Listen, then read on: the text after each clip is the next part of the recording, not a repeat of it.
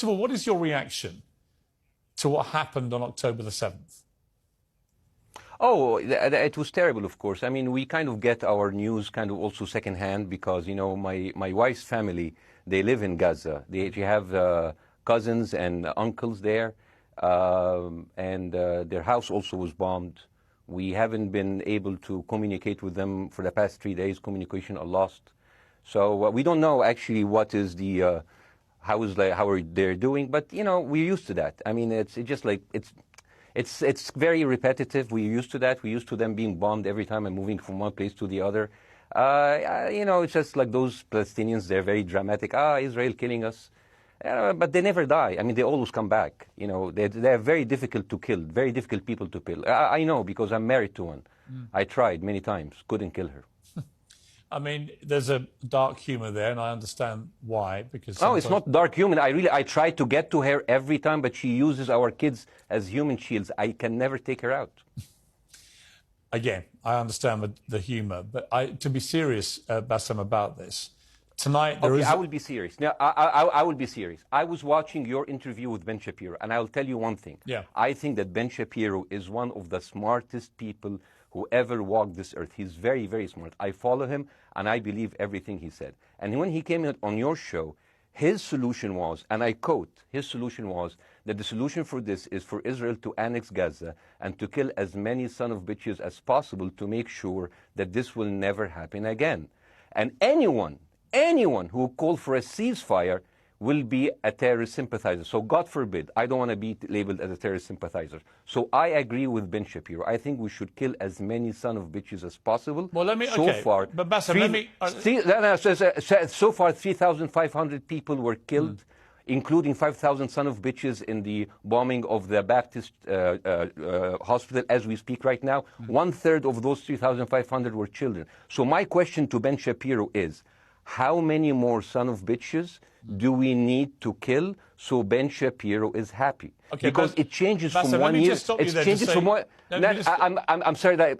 Listen, I'm really at a disadvantage here. I'm looking at a camera. I don't see you. I can hear you on my ear. The reason I'm interrupting is I think you might be. I think you're conflating different interviews with Ben Shapiro. He didn't use the phrase "sons of bitches" with me. Let me play to you what he actually said on my show. He did. Go back to your interview. No, he didn't. That was another interview. But let me play what he said to me here. Well, frankly, I don't believe in proportionate response to terrorism. I believe that the way that you stop terrorism is with wildly disproportionate response. That doesn't mean in terms of targeting civilians. It means in terms of killing as many terrorists as humanly possible and allowing them to dictate the terms of engagement by hiding behind civilians in areas that they are supposedly responsible for means that the only option for Israel is to surrender to Hamas's hatred of its own citizens, its willingness to use its own children as human shields. No country worth its salt could ever do that. Now, that is substantively different to what you said he said, right? He's talking there but specifically about Hamas terrorists. I agree with him. The thing is, the question is, what is a proportionate response? Because it has been different from one tier to another. So if you look to this graph, for example, this is the death of Israeli and Palestinians, and it's changing from 1 year to year. It's like fluctuating like crypto. So my question is today, what is the going rate today for human lives? I mean, 2014 was a great year for Ben Shapiro. 88 Israelis were died, and there was 2,329 Palestinians killed on the other side.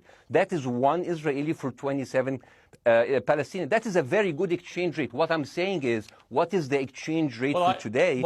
You guys will be happy. That's my question. Well, it's not me, guys. I'm not on either side. No, not you. Like when I say you guys, I say like the people on the other side of that.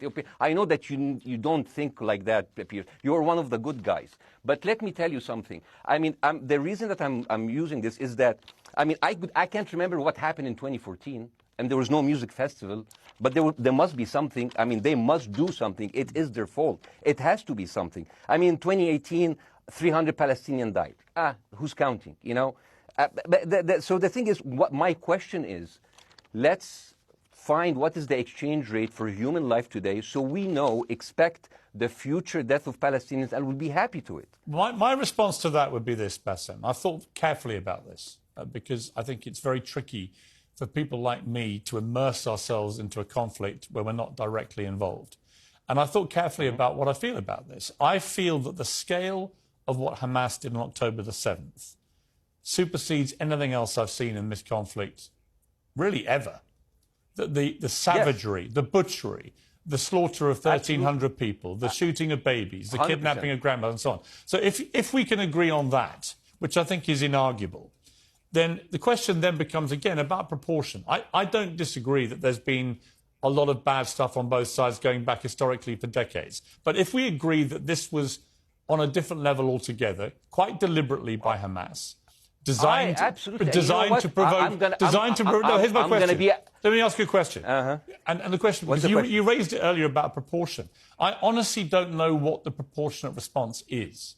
I honestly don't. I don't. I've been watching the airstrikes this week thinking... So what's your question? Well, I would ask you, if you were Israel, what would you... If I was Israel. If you were Israel and that had happened to you, what would you think would be the appropriate way for the country to respond? I would do exactly like Israel did, kill as many people as possible, since the world is letting me do it. I mean, I can do it because I can, you know. But the thing is, you know what, I agree with you. And you know what, I'm going to be even ahead of you, because I see the question coming. Do you condemn Hamas for the atrocities? Yes, I condemn Hamas. I condemn Hamas. I condemn Hamas is the source of all evil. They're a reason for everything. And you know what? Let's, for a minute, imagine a world without Hamas. Right. What will this word look like? Let's give this word a name, and let's name this word the West Bank. Hamas has absolutely no control in the West Bank, and since the beginning of this year, only through August, 37 Palestinian kids were killed. No music festival, no paragliding, no Hamas. Since the occupation of the West Bank, 7,000 Palestinians were killed. No music festival, no paragliding, no Hamas. I can go on and on and on and on. No, but you don't need to, because in a way you're preaching to the choir. I've followed this crisis. Oh no, you're not preaching. So the thing is, like, in the sense that I know that what you're saying has validity. Of course, Piers. By the way, Piers. I am at a disadvantage here. I can hear you. I cannot see you. I am in a claustrophobic room, and so please cut me some slack and don't interrupt me and interrupt my points. Sure. So, because this has to be fair. Understand. Because if you want to only hear your opinion, I can just condemn Hamas and go home. I can do that. So, do you want to do that, or do you have a much more nuanced conversation? No, I absolutely want to have a nuanced conversation. I wasn't aware I was interrupting you. I thought I was letting you speak. Amazing. So let's. I mean, I would say I really applaud Israel for doing one thing that no military force in the world does. Because I heard Ben Shapiro and I heard Ron DeSantis, and they said Israel is the only military force in the world that warns civilians before bombing them. I mean, how fucking cute. That is so nice of them. Because with this logic, if Russian troops started warning Ukrainians before bombing their houses, we're cool with Putin, right? I mean, okay, Habibi, you have warned them, go invade. It's fine. You have done your job. I mean, the thing is, and I understand, and I also heard Ben Shapiro talking about Human Shield. So you remember my wife's family, they live in Gaza. So I asked them, I told them, when Israel give you the nice warning, the cute warning, does Hamas force you to stay in your home so you can be bombed and use as Human Shield? You know what, Hassan here, my wife's cousin, he's a loser, you know. He told me, you know, when I asked him, does that happen? He told me, no. The lying son of a bitch lied to me. I told him, you don't understand. Ben Shapiro and Ron DeSantis keep saying that Israel warns you and Hamas asks you to stay put. So I told you, he's a loser. He never kept a job. He even failed in all of the interviews to become like a Human Shield. I would believe Ben Shapiro. Let me ask you this, Bassam. So let's go with that. No. Let me ask you At some point, I must be able to ask you questions.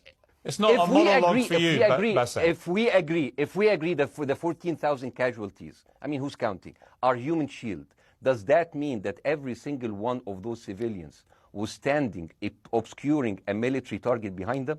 Because that's a lot of weapons. I mean, Hamas is packing. No, of course it doesn't.